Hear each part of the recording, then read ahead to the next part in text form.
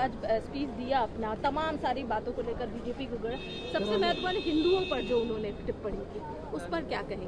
नहीं, सिर्फ हिंदुओं पे नहीं उन्होंने कहा, वो उन्होंने सारे धर्मों को कहा। उन्होंने इस्लाम पे बोला, हिंदू पे बोला, बौद्ध के ऊपर उन्होंने बोला, सिखों के लिए कहा, तो उन्होंने सभी पे उन्होंने बोला। ऐसा नहीं है, बट बीजेपी उसको ऐसे प्लांट कर रही है कि सिर्फ हिंदुओं पे हमला किया राहुल गांधी जी ने, या ऐसा कुछ नहीं कहा।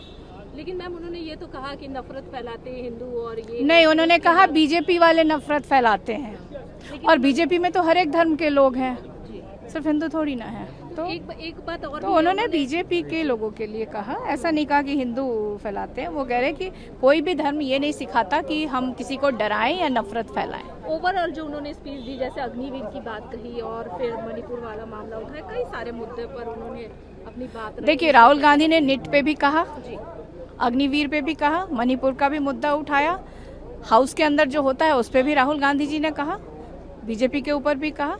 तो आप वहीं पे आप देखिए कि अनुराग ठाकुर ने बहुत सारी चीज़ों की चर्चा की। अनुराग ठाकुर ने बार बार इमरजेंसी के लिए राहुल गांधी जी को कहा जा रहा है कि माफ़ी मांगिए। मैं आपको बता देना चाहती हूँ कि फरवरी 1977 से लेकर के जनवरी 1978 तक इंदिरा गांधी ने सार्वजनिक तौर पे 3 बार माफ़ी मांग चुकी है इमरजेंसी को लेकर के देश की जनता से।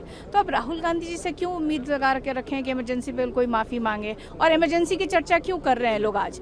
तकरीबन अब 50 साल होने जा रहा है, या अगले साल हो जाएगा इमरजेंसी को 50 साल। अब मणिपुर पे प्रधानमंत्री जी सब चीज़ों की बात करते हैं, लेकिन मणिपुर के बारे में कुछ भी नहीं कहते हैं। तो अभी की बात क्यों नहीं कहा जा रहा? ये अपने 10 वर्षों के कार्यकाल में जो घटनाएं घटी है उसकी चर्चा ये बीजेपी वाले या हमारे देश के प्रधानमंत्री जी क्यों नहीं करते हैं? आप जो 50 साल पहले जो चीज़ें बीत गई, और उसके लिए तो इंदिरा गांधी जी ने सार्वजनिक तौर पर, मैंने आपको बताया कि 3 बार खुद देश की जनता से वो माफ़ी मांग चुकी हैं। तो अब किस बात की बार बार कहते हैं लोग कि माफ़ी मांगिए इमरजेंसी के लिए? अभी 10 सालों तक इनको इमरजेंसी नहीं याद आया।